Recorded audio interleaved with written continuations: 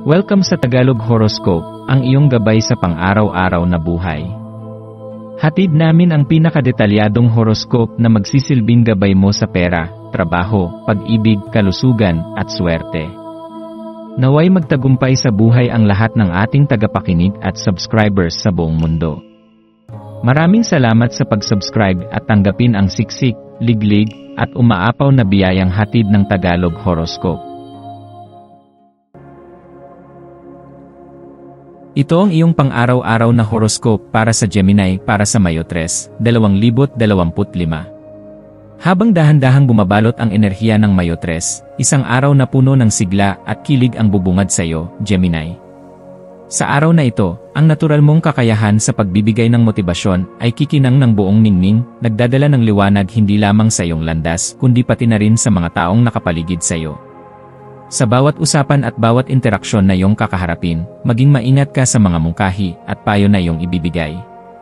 Hindi mo man namamalayan, ang bawat salitang iyong binibitawan ay maaaring maging binhi ng inspirasyon sa puso ng iba, lumilikha ng mga alon ng positibong pagbabago na maaaring umabot pa sa mas malayo kaysa sa iyong inaakala. Isang napakahalagang paalala ang ibinibigay sa iyo ngayon, ang kapangyarihan ng iyong salita ay tunay na makapangyarihan. Kung paano mo gagamitin ang regalong ito ay magtatakda ng tono, hindi lamang para sa iyong araw kundi pati na rin sa hinaharap ng mga taong umaasa sa iyong inspirasyon. Sa mga sandaling ikaw ay magsasalita o magpapahayag ng iyong ideya, alalahanin mong magmula ito sa isang malalim na layunin at katapatan, dahil ang mga ito ang magiging pundasyon ng tunay at pamatagalang pagbabago. Ngayong araw, pinapalakas ng kosmos ang hangaring kumilos ng mabilis at mahusay. Ang mga gawain na dati tila mabigat at mabagal ay biglang nagkakaroon ng isang magaan na daloy, para bang hinihikayat ka ng universo na tapusin ang lahat ng kailangan mong gawin. Mahalaga na gamitin mo ang lakas na ito ng matalino. Ituon mo ang iyong buong atensyon sa mga bagay na talagang mahalaga sa iyong puso. Hindi kailangang gawin ang lahat ng sabay-sabay, ang mahalaga ay ang bawat hakbang na iyong ginagawa ay may kabuluhan at umaayon sa iyong mga layunin. Ito rin ang panahon kung saan hinihikayat kang maging disiplinado sa paggamit ng iyong oras at enerhiya. Sa halip na sayangin ang bawat sandali sa mga walang kabuluhang aktibidad, piliin mong mag-focus sa mga gawaing tunay na magdadala sa iyo sa progreso. Magkaroon ng malinaw na intensyon sa bawat galaw mo, sapagkat sa pagiging malinaw mo sa iyong direksyon, mas madali mong mararating ang tagumpay na iyong pinapangarap. Habang ang buwan ay nagpapalakas sa iyong karisma, ang iyong presensya ay nagiging parang magneto na umaakit sa mga tao sa iyong paligid. Mararamdaman mo na ang bawat ngiti, bawat tawa, at bawat pagbati na iyong ibinibigay ay nagdadala ng kasiyahan hindi lamang sa iyong sarili kundi pati na rin sa iba. Ang iyong kasiglahan ay nagsisilbing liwanag sa mga madidilim na araw ng ibang tao. Huwag kang matakot na gamitin ang regalong ito. Anyayahan mo ang iba na sumabay sa iyong ritmo ng kagalakan at pag-asa. Maaari mong gamitin ang iyong pambihirang kakayahan sa pagbuo ng koneksyon para palawakin pa ang iyong mga pangarap. Ang pagbuo ng mga bagong ugnayan at pakikipagtulungan ay magdadala ng maraming biyaya sa iyong buhay, at higit pa riyan, ikaw mismo ay magiging instrumento ng inspirasyon sa mas maraming tao. Sa bawat ideyang iyong ibabahagi, sa bawat proyektong iyong sisimulan, isaisip mong hindi ka nag-iisa. Ang iyong mga pangarap ay lalago at lalakas kapag pinili mong yakapin ang kolektibong lakas ng mga tao sa paligid mo. Habang tinatahak mo ang makulay at masiglang landas ng Mayo 3, pag-isipan mo rin kung paano mo nais na maalala ang araw na ito. Paano mo ba gustong iukit ang iyong mga aksyon sa kasaysayan ng iyong sariling buhay? Ano ang nais mong iwanang marka sa puso ng mga taong iyong nakakasalamuha? Itanim mo sa iyong isip na bawat kilos mo ngayon ay may kapangyarihang bumuo ng hinaharap na hinahangad mo. Magtitiwala ka sa iyong kakayahang magbigay ng inspirasyon habang nananatili kang matatag sa iyong tunay na layunin. Hindi mo kailangang sumabay sa agos lamang ng kung ano ang uso o kung ano ang sinasabi ng iba. Sa halip, manatili kang nakaugat sa iyong sariling mga prinsipyo at pangarap. Sa ganitong paraan, hindi lamang ikaw ang magtatagumpay, kundi pati na rin ang mga taong iyong natulungan at naantig sa pamamagitan ng iyong kabutihan. Ngayon, binibigyan ka ng universo ng kakaibang regalo, ang pagkakataon na pag-isipan ang iyong direksyon at gawing mas malinaw ang iyong mga hangarin. Sa bawat desisyong iyong gagawin, sa bawat hakbang na iyong tatahakin, alalahanin mong ikaw ang may hawak ng manibela ng iyong kapalaran. Anuman ang hamon na iyong haharapin, taglay mo ang lahat ng lakas, talino, at tapang na kakailanganin upang mapagtagumpayan ito.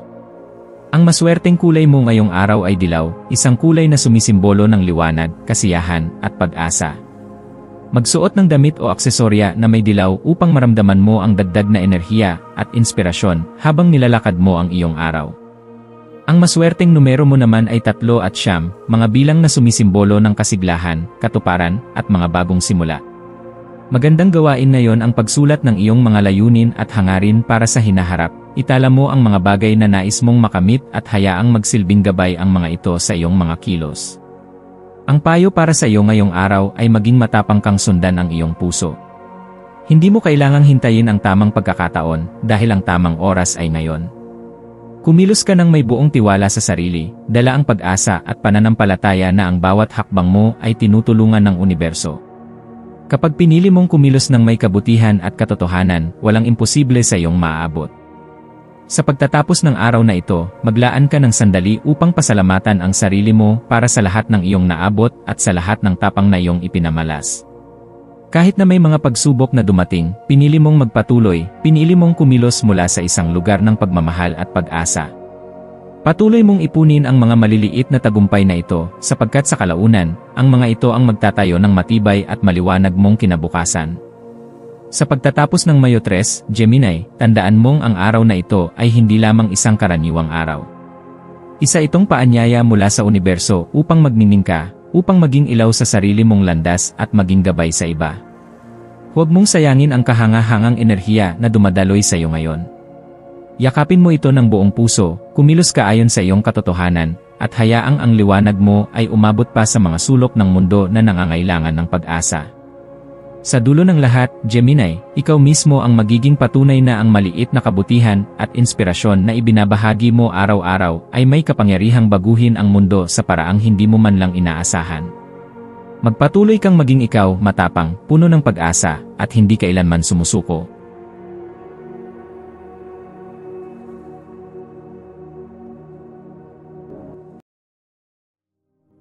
Tayo ay magkaroon ng kaunting sandali upang ipagdasal ang lahat ng mga dalangin ng ating mga subscribers, na sana'y matamo nila ang kanilang mga pinapangarap sa buhay, magandang trabaho, mabuting kalusugan, payapa at masayang pamumuhay, at siksik, liglig at umaapaw na biyaya at kayamanan.